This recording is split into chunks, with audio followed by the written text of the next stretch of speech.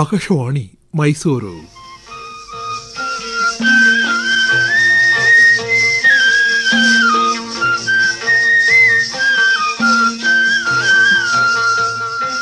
ಕಿಸಾನ್ ವಾಣಿ ಭಾರತ ಸರ್ಕಾರದ ಕೃಷಿ ಹಾಗೂ ರೈತ ಕಲ್ಯಾಣ ಸಚಿವಾಲಯದ ಪ್ರಾಯೋಜಿತ ಕಾರ್ಯಕ್ರಮ.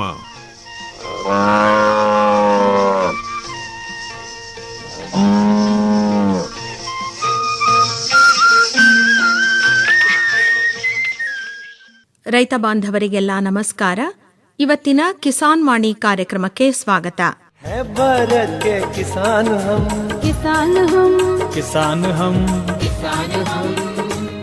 ಬರಗಾಲವಿರಲಿ, ಪ್ರವಾಹವೇ ಬರಲಿ, ಆಲಿಕಲ್ಲೇ ಬೀಳಲಿ, ಕೀಟ ಪತಂಗ ಬೆಳೆ ತಿನ್ನಲಿ, ಯಾವುದೇ ಚಿಂತೆಯಿಲ್ಲ. ಏಕೆಂದರೆ ನಾವು ತೆಗೆದುಕೊಂಡಿದ್ದೇವೆ ಪ್ರಧಾನಮಂತ್ರಿ ಫಸಲ್ ವಿಮೆ. ಸಂಕಟ್ ಕೆ ಸಮಯ ಪ್ರಧಾನಮಂತ್ರಿ ಫಸಲ್ ಬಿಮಾ ಯೋಜನಾ ಕಿಸಾನೋ ಕೆ ಲಿಯೇ ವರದಾನ ಹೈ. ಈ ಯೋಜನೆಯಲ್ಲಿ ಅತಿ ಕಡಿಮೆ ಪ್ರೀಮಿಯಂ, ಅಧಿಕ ಕೊಡುಗೆ. ಪ್ರತಿ ವರ್ಷ 5 ಕೋಟಿ ರೈತರು ಯೋಜನೆಯ ಲಾಭ ಪಡೆಯುತ್ತಿದ್ದಾರೆ. ಈಗ ನಿಮ್ಮ ಸರದಿ. ಹತ್ತಿರದ ಕೃಷಿ ಇಲಾಖೆ, ಸಹಕಾರಿ ಬ್ಯಾಂಕ್, ಅಧಿಕೃತ ವಿಮಾ ಕಂಪನಿ, ಜನಸೇವಾ ಕೇಂದ್ರ, ಫಸಲ್ ವಿಮಾ ಪೋರ್ಟಲ್ ಅಥವಾ ಫಸಲ್ ವಿಮಾ ಆಪ್ ಮೂಲಕ ನೋಂದಣಿ ಮಾಡಬಹುದು.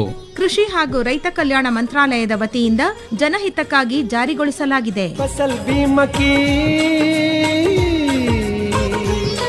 ಪ್ರಧಾನ ಮಂತ್ರಿ ಕಿ ಯೋಜನಾ ನ್ಯಾರಿ ನ್ಯಾರಿ ನ್ಯಾರಿ ನ್ಯಾರಿ ನ್ಯಾರಿ.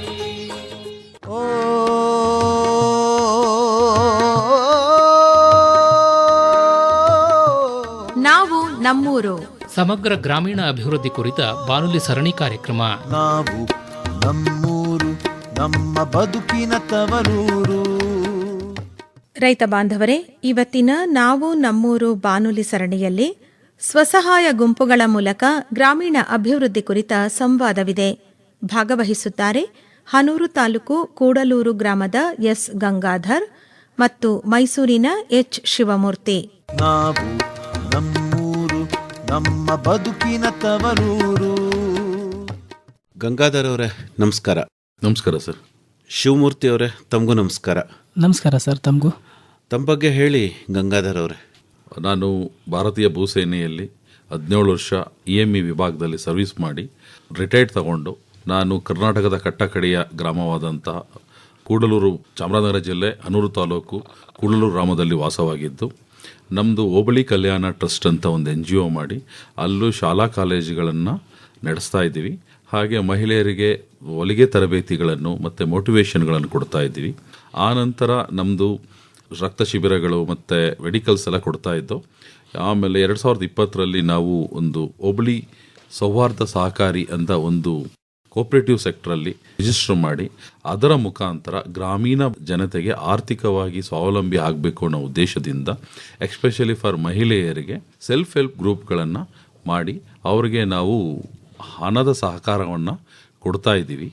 ಅದು ಮಿನಿಮಮ್ ಒಂದು ಸಂಘದಲ್ಲಿ ಮಿನಿಮಮ್ 10 ಮೆಂಬರ್ಸ್, 10 ಜನ, ಮ್ಯಾಕ್ಸಿಮಮ್ 20 ಮೆಂಬರ್ಸ್ ಇರ್ತಾರೆ. ಇವರಿಗೆ ವಾರದಲ್ಲಿ ಉಳಿತಾಯದ ಹಣವನ್ನು ಸೇರಿಸಿ ಅವರಲ್ಲೇ ಆಂತರಿಕ ಒಂದು ಸಾಲವನ್ನು ಕೊಡುತ್ತೇವೆ. ಮತ್ತು ಅವ್ರದ್ದು ಒಂದು 6 ಮಂತ್ಸ್ ಆಗಿ ಎಲ್ಲ ಆ್ಯಕ್ಟಿವಿಟಿಗಳು ಸರಿಯಾಗಿದ್ದರೆ ನಾವು ಅವರಿಗೆ ಲೋನ್ಗಳನ್ನು ಕೊಡ್ತೀವಿ. ಮತ್ತು ಹಾಗೆ ಕೆಲವು ನ್ಯಾಷನಲೈಸ್ ಬ್ಯಾಂಕ್ಗಳಿಂದನೂ ಲೋನ್ಗಳನ್ನು ಲಿಂಕೇಜ್ ಮಾಡಿ, ಅಂದರೆ ಒಂದು ದೇಶ ಮುಂದೆ ಮಹಿಳೆಯರಿಂದ ಹಾಗೂ ಆರ್ಥಿಕವಾಗಿ ಡೆವಲಪ್ ಆಗಬೇಕು ಅಂದರೆ ಮಹಿಳೆಯರಲ್ಲಿ ಸಹಕಾರ ಒಂದು ಮನೋಭಾವ ಬೆಳಿಬೇಕು. ಸಹಕಾರ ತತ್ವ ಏನಿದೆ ಅದನ್ನು ಬೆಳೆಸ್ತಾ ಬರ್ತಾ ಇದ್ದೀವಿ. 1980ರಲ್ಲಿ ಅಲೋಯಿಸ್ ಅಶೋಕ್ ಫರ್ನಾಂಡಿಸ್ನವರು ಭಾರತದ SHGಯ ಪಿತಾಮಹ ಅಂತಲೂ ಕರೀತಾರೆ. ಹೇಗೆ ಬಾಂಗ್ಲಾದೇಶಲ್ಲಿ ಅವರು ಡಾಕ್ಟರ್ ಮಾಡಿದ್ರು, ಆ ರೀತಿ ಆವಾಗಿಂದ ಕಾನ್ಸೆಪ್ಟ್ ಬರ್ತಾ ಬಂತು. ಅದನ್ನು ಮಹಿಳೆಯರಲ್ಲಿ ಒಂದು ಖುಷಿಯನ್ನು ತರಬೇಕು ಮತ್ತು ಧೈರ್ಯ ತುಂಬಬೇಕು. ಮತ್ತು ಗುಡಿ ಕೈಗಾರಿಕೆಗಳನ್ನು, ಟೈಲರಿಂಗ್ಗಳನ್ನು, ಮತ್ತು ಅವರು ಆರ್ಥಿಕವಾಗಿ ಸಬಲೀಕರಣ ಬೇಕಾದ್ರೆ ಆರ್ಥಿಕದ ಕ್ರೋಢೀಕರಣಕ್ಕೋಸ್ಕರ ಮತ್ತು ಮಹಿಳೆಯರಲ್ಲಿ ತಮ್ಮ ಕಷ್ಟ ಸುಖಗಳನ್ನು ಹಂಚ್ಕೊಳ್ಳೋದಕ್ಕೋಸ್ಕರ ಗ್ರಾಮೀಣ ಭಾಗದ ಜನತೆಗೆ ಎಂಟೈರ್ ನಾವು ಚಾಮರಾಜನಗರ, ಮೈಸೂರು, ಮಂಡ್ಯ, ಕೊಡಗು ಎಲ್ಲ ಕಡೆನೂ ಸೆಲ್ಫ್ ಹೆಲ್ಪ್ ಗ್ರೂಪ್ಗಳನ್ನ ಮಾಡ್ತಾ ಇದ್ದೀವಿ. ಗಂಗಾಧರ್ ಅವರೇ, ತಾವು ರೈತರ? ಜಮೀನಿದೆಯಾ? ಹೌದು ಸರ್, ಬೇಸಿಕಲಿ ರೈತರು. ಎಷ್ಟು ಜಮೀನಿದೆ? ಏನೇನು ಬೆಳೆ ಬೆಳಿತೀರಿ? ಸರ್, ಒಂದು 10 ಎಕರೆ ಇದೆ. ಅದರಲ್ಲಿ ನಾವು ಜೋಳ, ಅರಿಶಿನ, ಶೇಂಗಾ ಎಲ್ಲ ಬೆಳಿತೀವಿ. ಜಾಸ್ತಿ ಜೋಳ ಬೆಳೀತಾ ಇದ್ದು. ಸೈನ್ಯಕ್ಕೆ ಸೇರಿದ್ದೆ ತಾವು? ಸರ್, ನಾನು PUC ಮಾಡ್ತಾ ಇರಬೇಕಾದ್ರೆ ಒಂದು ಜೋಶ್ ಇತ್ತು. ನಮ್ಮ ಅಪ್ಪ ಅಮ್ಮನಿಗೆ ನಾನು ಒಬ್ಬನೇ ಮಗ, ಬ್ರದರ್ ಸಿಸ್ಟರ್ಸ್ ಯಾರೂ ಇರಲಿಲ್ಲ. ಒಂದು ದೇಶಕ್ಕೆ ಏನಾದ್ರು ಒಂದು ಸೇವೆ ಕೊಡುಗೆ ಕೊಡಬೇಕು ಅಂತ ನಮ್ಮ ಅಪ್ಪ ಅಮ್ಮನಲ್ಲಿ ಒಂದು ಕಾತರ ಇತ್ತು, ನನ್ನಲ್ಲೂ ಇತ್ತು. ಆ ಎಕ್ಸಾಮ್ ಬರದೆ ಪಾಸ್ ಆದೆ. ನಾವು ಬಯಸಿದಂತೆ ಸೇನೆಗೆ 17 ವರ್ಷ ತುಂಬ ಸರ್ವಿಸ್ ಮಾಡಿದ್ದೀನಿ. ಈಗ ವಾಪಸ್ ಬಂದಮೇಲೆ ವ್ಯವಸಾಯ ಮಾಡ್ಕೊಂಡು ನೆಮ್ಮದಿಯಾಗಿರ್ಬೋದಿತ್ತಲ್ಲ, ಯಾತಕ್ಕೆ ಸ್ವಸಹಾಯ ಗುಂಪು ರಚನೆ ಮತ್ತು ಒಂದಷ್ಟು ಸಮಾಜಮುಖಿ ಕಾರ್ಯಕ್ರಮಗಳ ಬಗ್ಗೆ ತಲೆ ಕೆಡಿಸ್ಕೊಂಡ್ರಿ? ಸರ್, ಮನುಷ್ಯ ತಾನಿಗೆ ಅದೇ ಒಂದು ಕಡೆ ಹೇಳ್ತಲ್ಲ, 2 ರೊಟ್ಟಿ ಅವ್ರ ಮಕಾನ್ ಅಂದಂಗೆ, ಒಂದು 2 ರೊಟ್ಟಿ ಮತ್ತು 2 ಜೊತೆ ಬಟ್ಟೆ ಇದ್ರೆ ಸಾಕು ಅನ್ನೋ ಒಂದು ಲೈಫ್ ಇದೆ. ಬಟ್ ಆದರೆ ಒಂದು ಅಪ್ಪ ಅಮ್ಮ ನಮಗೆ ವಿದ್ಯಾವಂತರನ್ನಾಗಿ ಮಾಡಿದ್ಮೇಲೆ ಆ ವಿದ್ಯೆನ ಇನ್ನೂ 4 ಜನಕ್ಕೆ ಸಹಕಾರ ಬಾಳ್ವೆಯಲ್ಲಿ ಬಾಳಬೇಕು ಅನ್ನೋ ಉದ್ದೇಶಕ್ಕೆ ನಮ್ಮ ತಂದೆಯ ಒಂದು ಪ್ರೇರಣೆ, ತಾಯಿಯ ಒಂದು ಪ್ರೇರಣೆ, ಸುಮ್ಮನೆ ಕುತ್ಕೋಬೇಡ ಕಣೋ, ನೀನು ಈಗ ತೋಟದಲ್ಲಿ ದುಡಿದು ನಿನ್ನ ವ್ಯವಹಾರ ಮಾಡಿದ್ರೆ ನಮ್ಮ ಫ್ಯಾಮಿಲಿ ಮಾತ್ರ ಡೆವಲಪ್ ಆಗುತ್ತೆ. ಮೇನ್ ಅಂದರೆ ರೋಜ್ಗಾರಿ, ಅಂದರೆ ನಮ್ಮ ಒಂದು ಬಡತನ ಮುಕ್ತವಾಗಬೇಕು ಮತ್ತು ಯೂತ್ಗಳಿಗೆ ಜಾಬ್ ಕೊಡಿಸ್ಬೇಕು. ಒಂದು ಸ್ವಲ್ಪ ಪ್ರಯತ್ನ ಪಡು, ಕಷ್ಟ ಇದೆ ಇಲ್ಲ ಅಂತಲ್ಲ, ಪ್ರಯತ್ನ ಪಡು, ಒಂದಷ್ಟು ಜನಕ್ಕೆ ಒಳ್ಳೇದಾಗಲಿ ಅಂತ ಮಾಡ್ತಾ ಇದ್ದೀವಿ ಸರ್. ಓಕೆ. ಈಗ ಸ್ವಸಹಾಯ ಗುಂಪುಗಳು ರಚನೆ ಮಾಡೋದಕ್ಕೆ ತಾವು ಆಯ್ಕೆ ಮಾಡಿಕೊಂಡ ಮಾರ್ಗ ನಿಮ್ಮ ಸೌಹಾರ್ದ ಸಹಕಾರ ಸಂಘ, ಹೌದು ಅಲ್ವಾ? ಅಂದರೆ ಎಷ್ಟು ವರ್ಷ ಆಯಿತು ನಿಮ್ಮ ಸಂಘ ಮಾಡಿ? 6 ವರ್ಷ ಆಯಿತು ಸರ್. 6 ವರ್ಷ ಆಯಿತು. Okay okay. ಅಂದರೆ ಎಷ್ಟು ಜನ ಸೇರ್ಕೊಂಡು ಮಾಡಿದ್ರಿ ಇದನ್ನು? ಸರ್, ಅದು ಸಮಾನ ಮನಸ್ಕರುಗಳು ಸೇರಿಕೊಂಡು, but one and on me, ಅಂದರೆ ಎಲ್ಲರೂ ಇದ್ರೂ ಇನಿಷಿಯೇಟ್ ತಗೊಂಡು ನಮ್ಮ ಒಂದು CEO ಇದ್ದಾರೆ ಮುತ್ತುರಾಜು ಅಂತ, is an especially for the good guy. ಅಂದರೆ ಒಂದು ಯೂತ್ ಇದ್ದಾರೆ, ಸರ್ ಮಾಡಬೇಕು, ಅದು ಮಾಡಬೇಕು ಅಂತ ಒಂದು ಪ್ರೋತ್ಸಾಹ, ಮತ್ತು ನಮ್ಮ ಟೀಮ್ ಯೂತ್ಗಳು ಚೆನ್ನಾಗಿದೆ, ಎಂಪ್ಲಾಯಿಗಳು, ಅವರ ಒಂದು ಸಹಕಾರ ಮತ್ತು ಮಹಿಳೆಯರ ಸಹಕಾರ, ಸರ್ ಒಂದು ಏನಾರು ಒಂದು ಮಾಡಿಕೊಡಿ ನಮಗೆ ಅನ್ನೋ ಒಂದು ಹಂಬಳಕ್ಕೆ ನಾವು ಸಹಕರಿಸ್ತಾ ಇದ್ದೀವಿ ಸರ್. ನಿಮ್ಮ ಬಗ್ಗೆ ಹೇಳಿ ಶಿವಮೂರ್ತಿ ಅವರೇ. ನಮಸ್ಕಾರ ಸರ್. 2019ರಿಂದ ನಾನು ಒಂದು ಸಾಮಾಜಿಕ ಕ್ಷೇತ್ರದಲ್ಲಿ ತೊಡಗಿಸ್ಕೋಬೇಕು ಅಂತ ಆಸೆ ಇತ್ತು. ಹಾಗಾಗಿ ನಾನು 2019ರಲ್ಲಿ ಜನಜಾಗೃತಿ ಗ್ರಾಮೀಣಾಭಿವೃದ್ಧಿ ಸಂಸ್ಥೆ ಅಂತ ಒಂದು ಸಂಸ್ಥೆಗೆ ನಾನು ಜಾಯ್ನ್ ಆದೆ, ಕೆಲಸಕ್ಕೆ ಸೇರ್ಕೊಂಡೆ. ಹುಟ್ಟೂರು ಯಾವುದು? ನಮ್ಮದು ಹುಟ್ಟೂರು ಬಂದು ಮೈಸೂರು ತಾಲೂಕಿನ ಶೆಟ್ನಂಗಳಿ ಗ್ರಾಮ. ಅಲ್ಲಿ ನಾನು ರೈತಾಪಿ ಕುಟುಂಬದಲ್ಲೇ ಹುಟ್ಟಿದ್ರಿಂದ ನಾನು MA ಮತ್ತು BEd ಮಾಡಿದ್ದೀನಿ ಸರ್. MA BEd ಮಾಡಿಕೊಂಡು ನನಗೆ ಸಾಮಾಜಿಕ ಕ್ಷೇತ್ರದಲ್ಲಿ ನನಗೆ ಹೆಚ್ಚು ಒಳಿತನ್ನ ಕಂಡ್ರಾಗಿ ನಾನು ಆ ಕ್ಷೇತ್ರಕ್ಕೆ ನಾನು ಪ್ರಮುಖವಾಗಿ ಕೊಡುಗೆ ನೀಡೋಣ ಅಂತ ಅಂದ್ಬಿಟ್ಟು ನಾನು ಬಂದೆ NGO ಕ್ಷೇತ್ರಕ್ಕೆ. ಅದರಲ್ಲೂ ಕೂಡ ಮಹಿಳಾ ಸಬಲೀಕರಣ ಈ ಯೋಜನೆಗೆ ನಾನು ತುಂಬ ಆಸಕ್ತಿ ಹೊಂದಿ ಆ ಮಹಿಳಾ ಸಬಲೀಕರಣಕ್ಕೆ ಏನೆಲ್ಲ ಮಾಡಬೇಕು ಅದೆಲ್ಲ ಮಾಡ್ತಾ ಇದ್ದೀವಿ ನಮ್ಮ ಸಂಸ್ಥೆಯಿಂದ. ನಿಮ್ಮ ದೃಷ್ಟಿಯಲ್ಲಿ ಒಬ್ಬ ಸಬಲ ಮಹಿಳೆ ಅಂದರೆ ಏನು, ಅಥವಾ ಮಹಿಳಾ ಸಬಲೀಕರಣ ಅಂದರೆ ನೀವು ಮಹಿಳಾ ಸಬಲೀಕರಣ ಅಂತಂದರೆ ಒಬ್ಬ ಮಹಿಳೆ ಸಾಮಾಜಿಕವಾಗಿರ್ಬೋದು, ಆರ್ಥಿಕವಾಗಿ ಇರ್ಬೋದು, ಸದೃಢ ಆಗಿರಬೇಕು. ಆ ಸದೃಢತೆ ಎಲ್ಲಿ ಬರುತ್ತೋ ಸಸ್ಟೈನಬಿಲಿಟಿ ಅಂತಾರೆ. ಆ ಸಸ್ಟೈನಬಿಲಿಟಿ ಬೇಕು ಅಂತಂದರೆ ಮಹಿಳೆಯರು ಎಲ್ಲ ರಂಗದಲ್ಲೂ ಕೂಡ ಪ್ರೋತ್ಸಾಹ ನೀಡಬೇಕು ನಾವು ಅವರು ಬೆಳೆಯೋದಕ್ಕೆ. ಆ ಉದ್ದೇಶದಿಂದ ನಾವು ಮಹಿಳಾ ಸಬಲೀಕರಣಕ್ಕೆ ಹೆಚ್ಚು ಒತ್ತನ್ನು ನೀಡ್ತಾ ಇದ್ದೀವಿ. ಓಕೆ. ಏನು ಮಾಡ್ತಾ ಇದ್ದೀರಿ ಈಗ ಮಹಿಳಾ ಸಬಲೀಕರಣ ಅಂತ ಬಂದಾಗ SHG ಮಹಿಳಾ ಸ್ವಸಹಾಯ ಗುಂಪುಗಳನ್ನ ರಚನೆ ಮಾಡೋದು, ರಚನೆ ಮಾಡಿ ಉಳಿತಾಯ ಹೇಗೆ ಮಾಡ್ತಾರೆ, ಅದಕ್ಕೆ ಹೇಗೆ ನಿರ್ವಹಿಸ್ತಾರೆ ಅದನ್ನು ನಾವು ಅಬ್ಸರ್ವ್ ಮಾಡ್ತೀವಿ. ಜೊತೆಗೆ ಉಳಿತಾಯ ಕಟ್ಟಿದ್ದು ಅದನ್ನು ಬ್ಯಾಂಕಿಗೆ ಖಾತೆ ರಚನೆ ಮಾಡಬೇಕು. ಬ್ಯಾಂಕಲ್ಲಿ ಖಾತೆ ಹೊಂದಿ ಅದನ್ನು ನಿರಂತರವಾಗಿ ಉಳಿತಾಯನ ವ್ಯವಹಾರ ಮಾಡ್ತಿರ್ಬೇಕು, ಅದನ್ನು ನೋಡ್ಕೊತೀವಿ. ಅದೆಲ್ಲ ವ್ಯವಹಾರ ಚೆನ್ನಾಗಿದ್ರೆ ನಾವು ಬ್ಯಾಂಕ್ ಲಿಂಕೇಜ್ ಕೂಡ ಕೊಡಿಸ್ಕೊಡ್ತೀವಿ. ಅತಿ ಕಡಿಮೆ ಬಡ್ಡಿ ದರದಲ್ಲಿ ಬ್ಯಾಂಕ್ ಲಿಂಕೇಜ್ ಕೂಡ ಮಾಡಿಸ್ಕೊಡ್ತೀವಿ. ಅದರಲ್ಲಿ ಅವ್ರಿಗೆ ಪ್ರಮುಖವಾಗಿ ಉದ್ದೇಶ ಅಂತಂದರೆ ಆ ಗುಂಪಿನ ಸದಸ್ಯರ ಬಡತನವನ್ನು ನಾವು ನಿರ್ಮೂಲನೆ ಮಾಡೋದು ಪ್ರಮುಖ ಉದ್ದೇಶ. ಅಂದರೆ ಬಡತನ ನಿರ್ಮೂಲನೆ ಅಂತಂದರೆ ಸಾಲ ಕೊಟ್ಬಿಟ್ರೆ ಬಡತನ ಹೊಟ್ಟೋಗುತ್ತೆ ಅಂತಲ್ಲ? ಇಲ್ಲ ಸರ್, ಖಂಡಿತ ಇಲ್ಲ. ಗ್ರಾಮೀಣ ಭಾಗದಲ್ಲಿ ಈಗಲೂ ಕೂಡ ಸ್ವಲ್ಪ ಅಲ್ಲ ಹೆಚ್ಚಿನ ಮಟ್ಟದಲ್ಲಿ ಬಡವರು ಇದ್ದಾರೆ. ಈಗ ನಾವು ಈಗ ಉಳಿತಾಯ ಅವರೇ ಮಾಡಿಕೊಂಡು ಆಂತರಿಕವಾಗಿ ಸಾಲ ಕೊಟ್ಕೊಂಡು ಆ ಆಂತರಿಕ ಸಾಲದಲ್ಲಿ ಅವರು ಉಳಿತಾಯದ ಆಧಾರದ ಮೇಲೆ ನಾವು ಬ್ಯಾಂಕಿಂದ ಸಾಲ ಕೊಡಿಸಿದ್ರೆ ಅವ್ರಿಗೆ ಸಣ್ಣ ಪ್ರಮಾಣದಲ್ಲಿ ಹೆಲ್ಪ್ ಆಗುತ್ತೆ, ಸಹಾಯ ಆಗುತ್ತೆ. ಈಗ ಎಕ್ಸಾಂಪಲ್ಲು ನಾವು ಗ್ರಾಮೀಣ ಮಟ್ಟದಲ್ಲಿ ಒಂದು ಸ್ಕೂಲಿಗೆ ಸೇರಬೇಕಂದ್ರೆ ಈಗ ಫೀಸ್ ಎಷ್ಟು ಅಂತ ಗೊತ್ತಿದೆ ನಿಮಗೂ.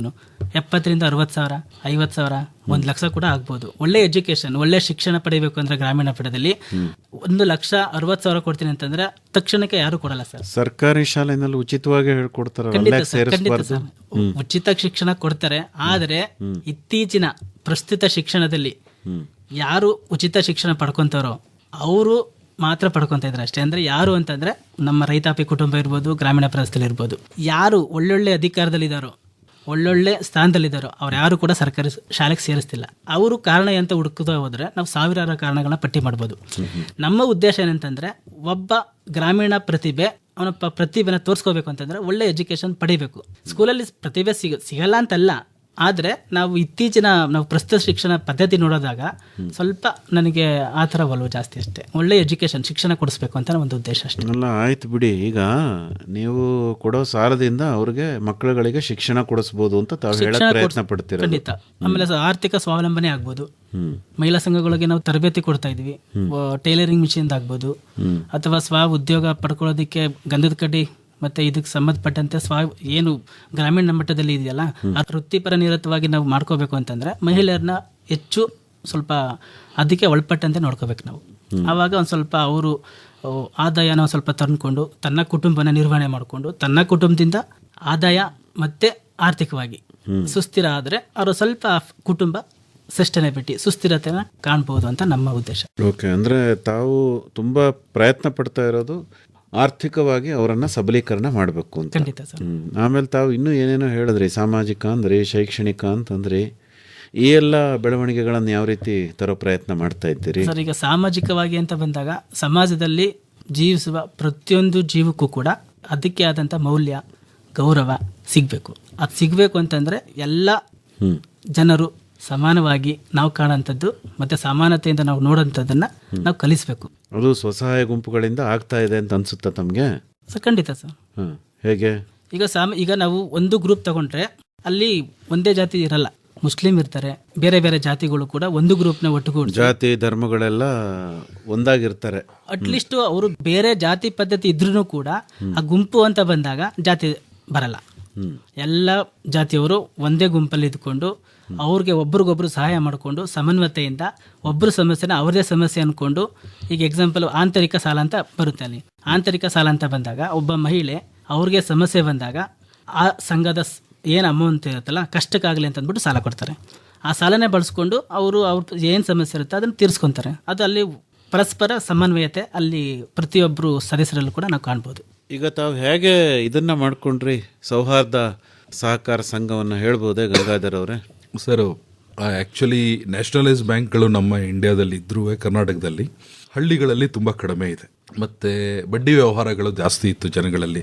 3 ರೂಪಾಯಿನ ಬಡ್ಡಿ, 4 ರೂಪಾಯಿನ ಬಡ್ಡಿ, ಈ ರೀತಿ ಜನಗಳು ಸಾಲದಿಂದ ಸಾಲಕ್ಕೆ ಹೊರೆ ಆಗ್ತಾ ಇತ್ತು. ಆ ಒಂದು ವಿಷಯಕ್ಕೆ ಬ್ಯಾಂಕಿನ ವಹಿವಾಟನ್ನು ಮತ್ತು ಆರ್ಥಿಕದ ವಹಿವಾಟನ್ನು ಹೇಗೆ ಸಹಕಾರಿ ಜೀವನದಲ್ಲಿ ಮನುಷ್ಯನಿಗೋಸ್ಕರ ನಮಗೋಸ್ಕರ ನಾವೇ ಅನ್ನೋದೊಂದು ತತ್ವ ಏನಿದೆ, ಮತ್ತು ನಿಷ್ಪಕ್ಷಪಾತ ಮತ್ತು ಅವರೆಲ್ಲ ಧೈರ್ಯ ತುಂಬ ಒಂದು ಕಾರಣಕ್ಕೋಸ್ಕರ ನಾವು ಸಹಕಾರಿ ತತ್ವವನ್ನು ಅಳವಡಿಸ್ಕೊಂಡು ಸರ್ ಅದರಲ್ಲಿ ನಾವು ಹೈನುಗಾರಿಕೆಗೆ ಹೆಚ್ಚು ಒತ್ತು ಕೊಡ್ತಾ ಇದ್ದೀವಿ. ಅಲ್ಲ, ನೀವು ಸೌಹಾರ್ದ ಸಹಕಾರ ಸಂಘನ ಹೇಗೆ ಸ್ಥಾಪನೆ ಮಾಡಿದ್ರಿ ಅಂತ ಕೇಳ್ತಾ ಇದ್ದೀನಿ ಸರ್. ಅದು ನಮ್ಮ ಕರ್ನಾಟಕದಲ್ಲಿ ಒಂದು ಬೋರ್ಡ್ ಇದೆ ಸರ್, ಸೌಹಾರ್ದ ಸಹಕಾರಿ ಅಂತ. ಅದು ಕೋಆಪರೇಟಿವ್ ಆ್ಯಕ್ಟಲ್ಲಿ ಅದೊಂದು ಸಪ್ರೇಟ್ ಆ್ಯಕ್ಟ್ ಬರುತ್ತೆ. ಅದರ ಪ್ರಕಾರ ಅದಕ್ಕಂತ ಆಫೀಸರ್ಸ್ಗಳಿದ್ದಾರೆ. ಅವ್ರು ಮೀಟ್ ಮಾಡಿದಾಗ ಅವ್ರು ಈ ರೀತಿ ಬೈಲಾ ಮಾಡ್ಕೋಬೇಕು, ಇಷ್ಟು ಜನ ಬೋರ್ಡ್ ಮೆಂಬರ್ಸ್ ಇರಬೇಕು, ಈ ರೀತಿ ಪ್ರೆಸಿಡೆಂಟ್ ಇರಬೇಕು, ಈ ರೀತಿ CEO ಇರಬೇಕು ಅನ್ನೋ ಒಂದು ಸಿಸ್ಟಮ್ ಇದೆ ಸರ್.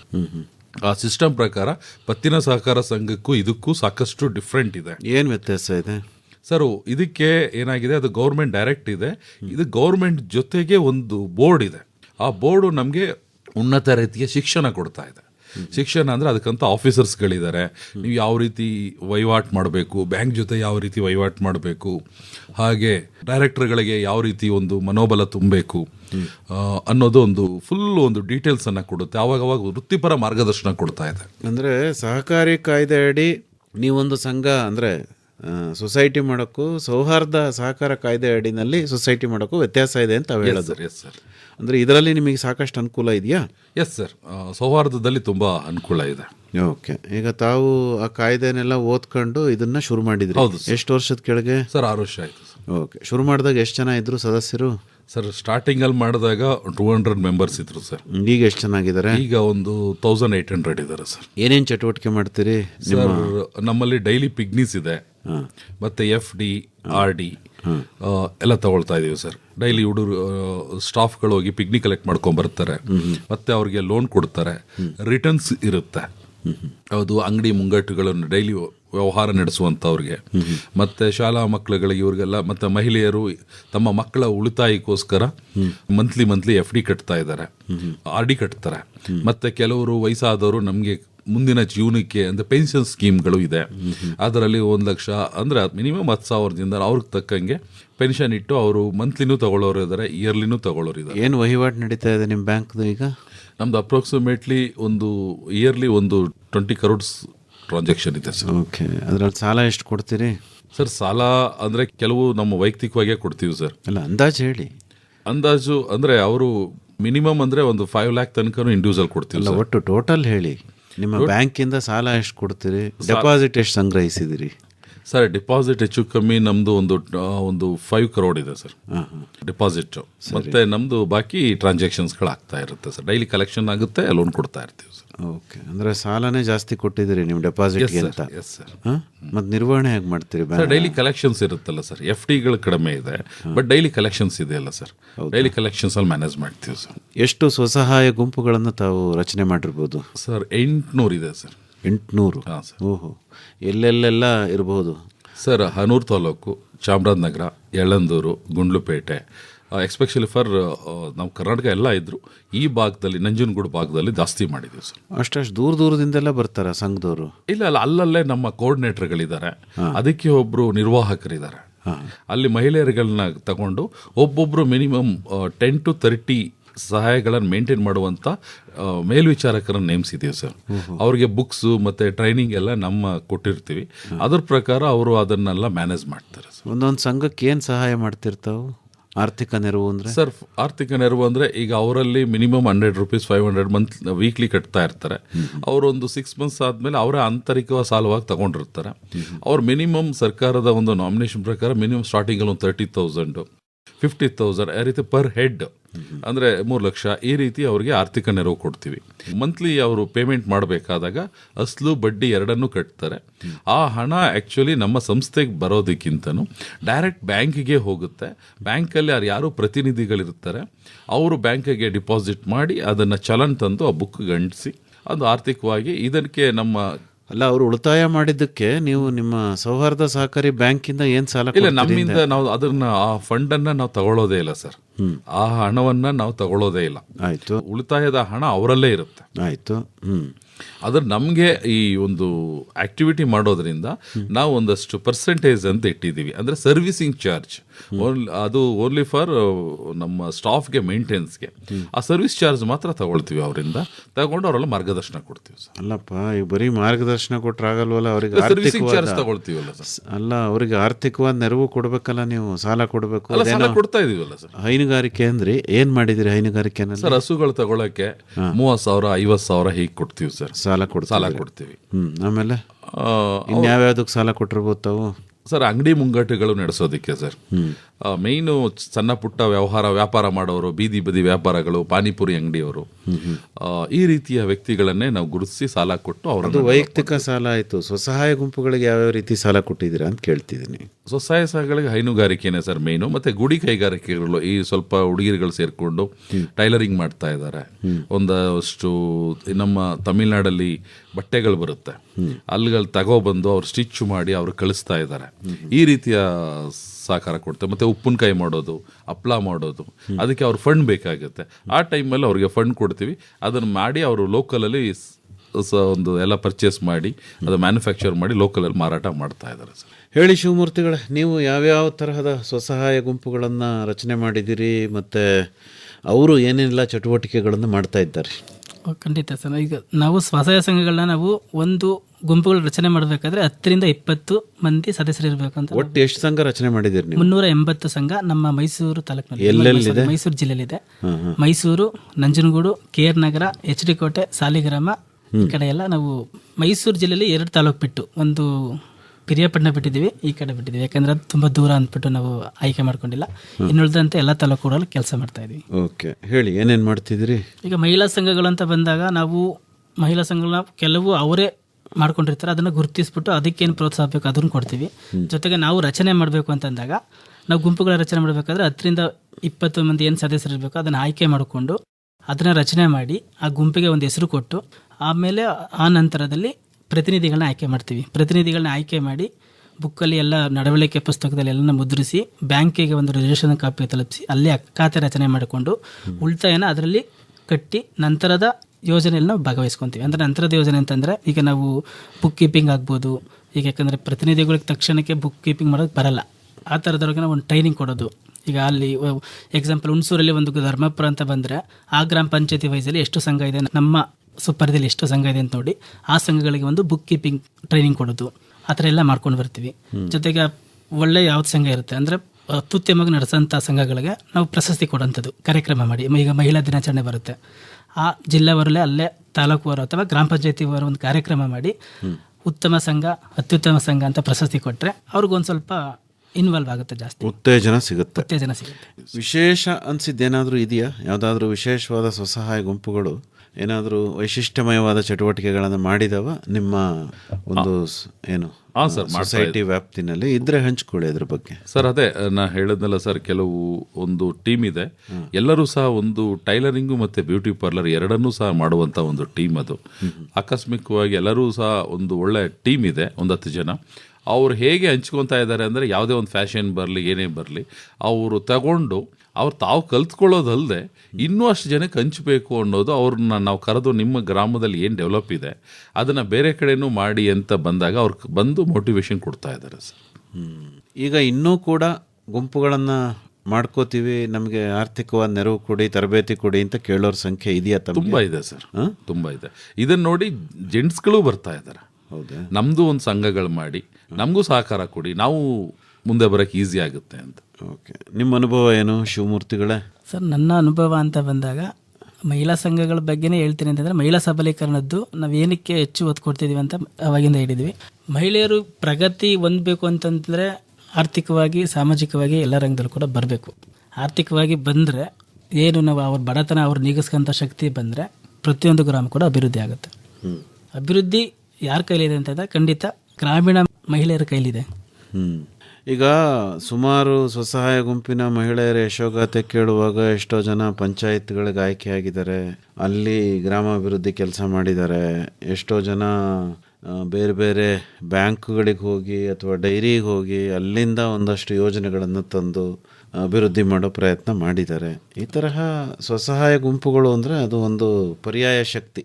ಆ ಲೆಕ್ಕದಲ್ಲಿ ಈಗ ನೀವು ಮಾಡಿರೋ ಎಲ್ಲ ಸಂಘಗಳು ಕೆಲಸ ಮಾಡ್ತಾ ಇದೆ ಸರ್. ಈಗ ಅರ್ಧನಹಳ್ಳಿ ಅಂತ ಒಂದು ಗ್ರಾಮ ಪಂಚಾಯತಿ ಇದೆ, ಕೇರ್ನಗರ. ಈಗ ಸಾಲಿಗ್ರಾಮ ತಾಲೂಕು ಸೇರ್ಕೊಂಡಿದೆ. ಅಲ್ಲಿ ಮಂಜುಳಾ ಅಂತ ಮೆಂಬರು, ಅವರು ಸಂಘಗಳ ಮೆಂಬರ್ ಆಗಿ ಅರ್ಧನಹಳ್ಳಿಗೆ ಸಂಘಗಳನ್ನ ಹುಟ್ಟಾಕಿ ಅವರು ಗ್ರಾಮ ಪಂಚಾಯತಿ ಮೆಂಬರ್ ಆಗಿ ಈಗಲೂ ಕೂಡ ಅಧ್ಯಕ್ಷರಾಗಿದ್ದಾರೆ, ಮಂಜುಳಾ ಅಂತ. ಹೌದೇ? ಅಂದ್ರೆ ಅವ್ರಿಗೆ ಆ ಧೈರ್ಯ ಕೊಟ್ಟಿದ್ದು ಈ ಸ್ವಸಹಾಯ ಸಂಘಗಳಿಂದನೇ ಆಗಿರೋದು ಅಲ್ವಾ? ಯಾಕಂದ್ರೆ ನಾವು ಟ್ರೈನಿಂಗ್ ಕೊಡ್ತೀವಿ ಸರ್. ಈಗ ಸಾಕ್ಷರತೆ ಸಂಬಂಧಪಟ್ಟದನ್ನು ಕೂಡ ಟ್ರೈನಿಂಗ್ ಕೊಟ್ಟಿದ್ದೀವಿ. ಅದರಲ್ಲಿ ಸಹಿ ಮಾಡಕ್ಕೆ ಬರೆದಂಥ ಸದಸ್ಯರುಗಳಿಗೂ ಕೂಡ ಅವರು ಹೆಸರನ್ನ ಬರೆದು ಕನ್ನಡನ ಓದಂಥದ್ದನ್ನ ನಾವು ಕಲಿಸಿದ್ದೀವಿ. ಒಂದು ಸಂಘ ರಚನೆ ಹೇಗೆ ಮಾಡ್ತೀರಿ ಶಿವಮೂರ್ತಿಗಳೇ? ಸರ್, ರಚನೆ ಅಂತ ಬಂದಾಗ ನಾವು ಮೊದಲೇ ಹೇಳಿದಾಗೆ ನಾವು ಸ್ವಯಂ ಪ್ರೇರಿತವಾಗಿ ಬರಬೇಕು. ಯಾಕಂದ್ರೆ ನಾವು ಬಲವಂತ ಮಾಡಿದ್ರೆ ಅದು ಕಷ್ಟ ಆಗುತ್ತೆ. ಸ್ವಯಂ ಪ್ರೇರಿತವಾಗಿ ಆಸಕ್ತಿ ಇದ್ದು ನಾವು ಬಂದರೆ 10 ಜನದಿಂದ 20 ಜನದ್ದು ಅಷ್ಟು ಸ್ವಯಂ ಪ್ರೇರಿತವಾಗಿ ಬರಬೇಕು ಅಂದ್ರೆ ಅವ್ರಿಗೆ ಗೊತ್ತಿರಬೇಕಲ್ಲ ಸಂಘ ಮಾಡ್ಕೋಬೇಕು. ಮಾಹಿತಿ ನೀಡ್ತೇವೆ ನಾವು. ಮಾಹಿತಿ ನೀಡೋದು ಅಂದ್ರೆ ಹೇಗೆ ನೀಡ್ತೀರಿ ನೀವು ಮಾಹಿತಿ? ಸಂಘದ ಪರಿಕಲ್ಪನೆ, ನಾವು ಸಂಘಗಳು ಏನಕ್ಕೆ ಮಾಡ್ಕೋಬೇಕು ಅಂತ ಉದ್ದೇಶ ಹೇಳ್ಬೇಕು ಫಸ್ಟ್ ನಾವು. ಅದೇ ನೀವು ಉದ್ದೇಶ ಹೇಳಬೇಕು ಅಂದ್ರೆ ಊರಿಗೆ ಹೋಗ್ಬೇಕು, ಅಲ್ಲೊಂದು ಸಭೆ ಮಾಡಬೇಕು. ಖಂಡಿತ. ಅದನ್ನ ಹೇಗೆ ಮಾಡ್ತೀರಿ? ಸಭೆ ಮೂಲಕ ನಾವು ಸಂಘ ಮೊದಲೇ ಪರಿಚಯ ಇರೋದ್ರಿಂದ ಅದ್ರ ಮೂಲಕ ನಾವು ಹೇಳ್ತೀವಿ. ಯಾಕಂದ್ರೆ ನಮ್ಗೆ ಆಲ್ರೆಡಿ ಪರಿಚಯ ಇರುತ್ತೆ. ಅಥವಾ ಎಂಬಿಕೆಗಳು ಅಂತ ಇರ್ತಾರೆ ಗ್ರಾಮ ಪಂಚಾಯತಿಲಿ, ಅವ್ರ ಮೂಲಕ ನಾವು ಕಾಂಟ್ಯಾಕ್ಟ್ ಮಾಡ್ತೀವಿ, ಒಂದು ಸಭೆ ಮಾಡ್ತೀವಿ. ನೋಡಿ, ನಿಮಗೆ ಯಾರು ಒಂದು ಸ್ವಲ್ಪ ವಿದ್ಯಾವಂತರು ಇರ್ಬೋದು, ಅದೆಲ್ಲ ಆಸಕ್ತಿ ಇರೋನ್ನ ಸೇರಿಸಿ ನಾವು ಬಂದು ಮಾತಾಡ್ತೀವಿ ಅಂತ ಹೇಳಿ ನಾವು ಅವಾಗ ಗುಂಪು ಸೇರಿಸಿ ನಾವು ಮಾತಾಡ್ತೀವಿ. ಯಾವ ಥರ ಸಮಸ್ಯೆಗಳು ಏನು, ಗ್ರಾಮೀಣ ಮಟ್ಟದಲ್ಲಿ ಏನು ಸಮಸ್ಯೆ, ಈ ಸಂಘಗಳ ಪರಿಕಲ್ಪನೆ ಏನು ಎಲ್ಲ ಹೇಳಿದಾಗ ಎಷ್ಟು ಜನಕ್ಕೆ ಆಸಕ್ತಿ ಇರುತ್ತೋ ಅಷ್ಟದ್ದು ಒಂದು ಎಷ್ಟು ಗುಂಪಾಗುತ್ತೋ ನಾವು ಮಿನಿಮಮ್ 10ರಿಂದ 20 ಅನ್ಕೊಂಡು ನಾವು 15 ಜನ ತೊಗೊತೀವಿ. ಯಾಕಂದರೆ ತೀರಾ ಇದಾದರೆ ಇದಾಗುತ್ತೆ ಅಂದ್ಬಿಟ್ಟು 2 ಗ್ರೂಪು 3 ಗ್ರೂಪು ಗುಂಪುಗಳನ್ನಾಗಿ ರಚನೆ ಮಾಡ್ತೀವಿ. ಆ ರಚನೆ ಮಾಡಿದಾಗ ಉದ್ದೇಶಗಳನ್ನ ನಾವು ಅಲ್ಲೆಲ್ಲ ಹೇಳ್ತೀವಿ. ಅವ್ರ ಆಸಕ್ತಿ ಯಾವುದ್ರ ಮೇಲೆ ಬರುತ್ತೋ ಅದರ ಆಧಾರದ ಮೇಲೆ ನಾವು ಗುಂಪುಗಳ ರಚನೆ ಮಾಡ್ತೀವಿ. ಯಾಕಂದರೆ ಈಗ ಒಂದು ಗ್ರಾಮೀಣ ಮಟ್ಟದಲ್ಲಿ ಒಂದೊಂದು ಕ್ಷೇತ್ರದಲ್ಲಿ ಒಂದೊಂದು ರೀತಿ ಸಮಸ್ಯೆಗಳಿರ್ತವೆ. ಆ ಸಮಸ್ಯೆಗಳ ಆಧಾರದ ಮೇಲೆ ನಾವು ಗುಂಪುಗಳ ರಚನೆ ಮಾಡೋದು.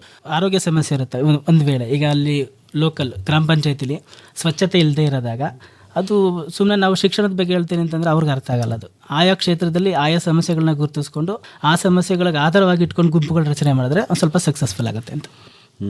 ಈಗ ಗಂಗಾಧರ್ ಅವರೇ, ಸ್ವಸಹಾಯ ಗುಂಪುಗಳಿಗೆ ನೀವು ಸೊಸೈಟಿನವ್ರು ಕೊಡೋ ಸಾಲ ಸರಿ, ಸರ್ಕಾರದಿಂದ ಬಹಳಷ್ಟು ಯೋಜನೆಗಳಿದ್ದಾವೆ ಅಲ್ವಾ? ಹೌದು ಸರ್. ಈಗ ರಾಷ್ಟ್ರೀಯ ಕೃಷಿ ಮತ್ತು ಗ್ರಾಮೀಣ ಅಭಿವೃದ್ಧಿ ಬ್ಯಾಂಕ್ ನಬಾರ್ಡ್ ಇದೆ, ಜಿಲ್ಲಾ ಪಂಚಾಯತ್ ಇದೆ, ಅಭಿವೃದ್ಧಿ ಇಲಾಖೆಗಳು ಸಾಕಷ್ಟಿದ್ದಾವೆ, ಕೃಷಿ ಇಲಾಖೆ, ತೋಟಗಾರಿಕಾ ಇಲಾಖೆ, ಈ ತರಹ ಬೇರೆ ಬೇರೆ ಅಭಿವೃದ್ಧಿ ಇಲಾಖೆಗಳ ಯೋಜನೆಗಳು ಈ ಸಂಘಗಳಿಗೆ ದೊರೆಯೋ ರೀತಿ ತಾವು ಕೆಲಸ ಮಾಡ್ತೀರಾ? ಖಂಡಿತ ಸರ್. ಈಗ ಕೆನರಾ ಬ್ಯಾಂಕ್ ಇದೆ, ಅದಕ್ಕೆ ಒಂದು ಅಗ್ರಿಕಲ್ಚರ್ ಆಫೀಸರ್ ಅಂತಾರೆ ಇದ್ದಾರೆ. ಈ ಮಹಿಳೆಯರನ್ನ ಮತ್ತೆ ಸ್ವಸಹಾಯ ಸಂಘಗಳನ್ನೇ ಡೆವಲಪ್ ಮಾಡಬೇಕು ಅಂತ ಆ ಸಂಘಗಳ ಬ್ಯಾಂಕಿಂದನೂ ಸಹ ನಾವು ಲೋನ್ಗಳನ್ನು ಕೊಡ್ತಾ ಇದ್ದೀವಿ. ಹಾಗೆ ನಬಾರ್ಡಲ್ಲಿ ನ್ಯಾಫಿನ್ಸ್ ಅಂತಿದೆ, ಅವರಿಂದನೂ ಸಹ ನಾವು ಲೋನ್ಗಳಿಗೆ ಕೊಡಿಸ್ತಾ ಇದ್ದೀವಿ. ಮತ್ತು ಎಸ್ಪೆಷಲಿ ಫಾರ್ ನಮ್ಮ ಭಾರತದ ಅಲೋಯ್ಸ್ ಅಶೋಕ್ ಫರ್ನಾಂಡಿಸ್ನವರು ಭಾರತ SHG's ಪಿತಾಮಹ ಅಂತ ಬಿರುದು ಪಡ್ಕೊಂಡಿದ್ದಾರಲ್ಲ, ಅವರು ಹುಟ್ಟಾಕಿದಂಥ ಮೈರಾಡಾದಿದೆ, ಅವರು ಸಹ ಫಂಡನ್ನು ಕೊಡ್ತಾ ಇದ್ದಾರೆ.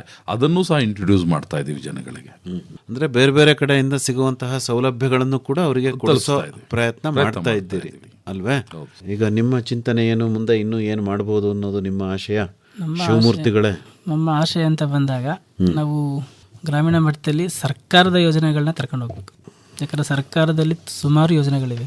ಆ ಯೋಜನೆಗಳನ್ನ ಗ್ರಾಮೀಣ ಮಟ್ಟಕ್ಕೆ ತಗೊಂಡು ಹೋದರೆ ಎಲ್ಲ ಸಮಸ್ಯೆಗಳು ಪರಿಹಾರ ಸಿಗುತ್ತೆ. ಅಂಥ ಕೆಲಸನ ನಾವು SHG ಮೂಲಕ ಮಾಡಿದ್ರೆ ಇನ್ನೂ ಉತ್ತಮ ಅಂತ ನನ್ನ ಅಭಿಪ್ರಾಯ. ತಮಗೇನು ಅನಿಸುತ್ತೆ? ನಮ್ಮ ಭಾರತ ದೇಶ ಸಹ ಸಹಕಾರಿ ತತ್ವಕ್ಕೆ ತುಂಬ ಅಸ್ಥಿಬರ ಹಾಕಿದೆ. ಈಗ ನಮ್ಮ ಕರ್ನಾಟಕ ಸೌಹಾರ್ದ ತುಂಬ ಚೆನ್ನಾಗಿ ಕೆಲಸ ಮಾಡ್ತಾ ಇದೆ. ಈಗ ಅಮಿತ್ ಶಾ ಅವರ ಒಂದು ನೇತೃತ್ವದಲ್ಲಿ ಭಾರತ ಸರ್ಕಾರ ಒಂದು ಸಹಕಾರ ಇಲಾಖೆ ಸ್ಟಾರ್ಟ್ ಆಯಿತು 2021ರಲ್ಲಿ. ಮತ್ತು ಈಗ ಒಂದು ವೆಲ್ ವಿಶಸ್ ಏನಂದರೆ ಗುಜರಾತಲ್ಲಿ ಸಹಕಾರ ವಿಶ್ವವಿದ್ಯಾನಿಲಯನ ಒಂದು ಯೂನಿವರ್ಸಿಟಿ ಓಪನ್ ಆಗ್ತಿದೆ. ಅಂದರೆ ಯೂತ್ಗಳು ಸಹಕಾರಿ ತತ್ವಕ್ಕೆ ಅಳವಡಿಸ್ಬೇಕು, ಮತ್ತು ಜಾಬನ್ನು ಕ್ರಿಯೇಟ್ ಮಾಡಬೇಕು, ಮತ್ತು ಎಲ್ಲರಿಗೂ ಸಹ ಫೈನಾನ್ಷಿಯಲಿ ಎಲ್ಲಿಂದ ಬರುತ್ತೆ ಅನ್ನೋದನ್ನು ಹುಟ್ಟಾಕಬೇಕು ಅನ್ನೋ ಉದ್ದೇಶಕ್ಕೆ ಇವತ್ತು ಭಾರತ ಸರ್ಕಾರ ತುಂಬ ಕೋಆಪ್ರೇಟಿವ್ ಆಗಿ ವರ್ಕ್ ಮಾಡ್ತಾ ಇದೆ. ಮತ್ತೊಮ್ಮೆ ಭಾರತ ಸರ್ಕಾರಕ್ಕೆ ನಾವು ಹ್ಯಾಟ್ಸ್ ಆಫ್ ಹೇಳಬೇಕು. ಯಾಕಂದರೆ ಹೊಸ ಹೊಸ ಕಾಯ್ದೆಗಳು ಬಂದಾಗ ಯಾವುದೇ ಸರ್ಕಾರ ಇಲ್ಲ, ಅದನ್ನು ಸ್ವಾಗತಿಸಬೇಕಾದದ್ದು ನಮ್ಮ ಕರ್ತವ್ಯ. ಟಿಲ್ 1985 ಇಲ್ಲಿ ತನಕನೂ.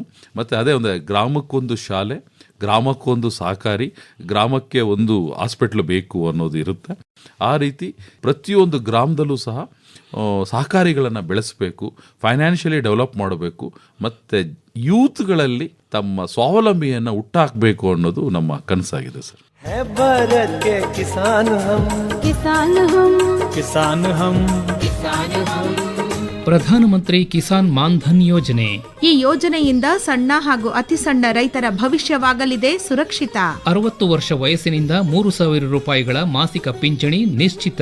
18ರಿಂದ 40 ವರ್ಷದೊಳಗಿನ ರೈತರು 55ರಿಂದ 200 ರೂಪಾಯಿವರೆಗಿನ ಮಾಸಿಕ ಕಂತು ಪಾವತಿಯೊಂದಿಗೆ ಯೋಜನೆಗೆ ಪ್ರವೇಶ ಪಡೆಯಬಹುದು. ಯೋಜನೆಗೆ ಸರ್ಕಾರ ನೀಡಲಿದೆ ಸಮಪಾಲು.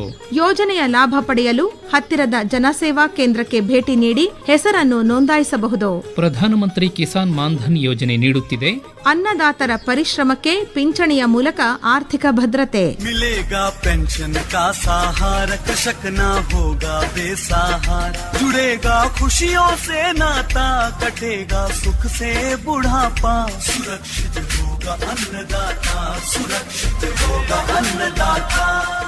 ಹೆಚ್ಚಿನ ಮಾಹಿತಿಗೆ ತಮ್ಮನ್ನೇ ನೇರವಾಗಿ ಸಂಪರ್ಕ ಮಾಡಬೇಕು ಅಂತಾದರೆ ಗಂಗಾಧರ್ ಅವರೇ, ಸಂಪರ್ಕಕ್ಕಾಗಿ ತಮ್ಮ ಮೊಬೈಲ್ ಸಂಖ್ಯೆ ಕನ್ನಡದಲ್ಲಿ ಹೇಳ್ಬೋದಾ ಸರ್? 9483427303. ಇನ್ನೊಮ್ಮೆ 9483427303. ತಮ್ಮದು ಶಿವಮೂರ್ತಿಗಳೇ? 8722951626. ಇನ್ನೊಮ್ಮೆ 8722951626. ಒಳ್ಳೆಯದು ಶಿವಮೂರ್ತಿಗಳೇ ಹಾಗೂ ಗಂಗಾಧರ್ ಅವರ, ಇದುವರೆಗೂ ಸ್ವಸಹಾಯ ಗುಂಪುಗಳ ಮೂಲಕ ಗ್ರಾಮೀಣ ಅಭಿವೃದ್ಧಿ ಹೇಗೆ ಸಾಧ್ಯ ಅನ್ನೋದಕ್ಕೆ ಸಂಬಂಧಪಟ್ಟಂತೆ ಬಹಳ ಉಪಯುಕ್ತವಾದ ಮಾಹಿತಿಯನ್ನು ಮಾಡಿಕೊಟ್ರಿ. ವಂದನೆಗಳು, ನಮಸ್ಕಾರ. ಧನ್ಯವಾದಗಳು ಸರ್.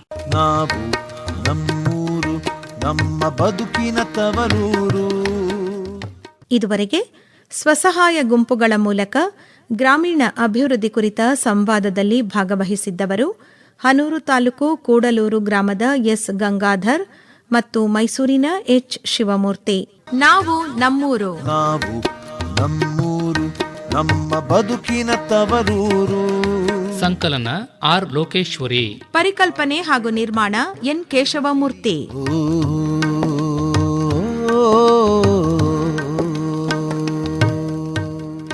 ಇಲ್ಲಿಗೆ ನಮ್ಮ ಇವತ್ತಿನ ಕಿಸಾನ್ ವಾಣಿ ಕಾರ್ಯಕ್ರಮ ಮುಗಿಯಿತು. ಮತ್ತೆ ನಾಳಿನ ಕಾರ್ಯಕ್ರಮದಲ್ಲಿ ಭೇಟಿಯಾಗೋಣ. ಆತ್ಮೀಯ ರೈತ ಬಾಂಧವರಿಗೆಲ್ಲ ನಮಸ್ಕಾರ.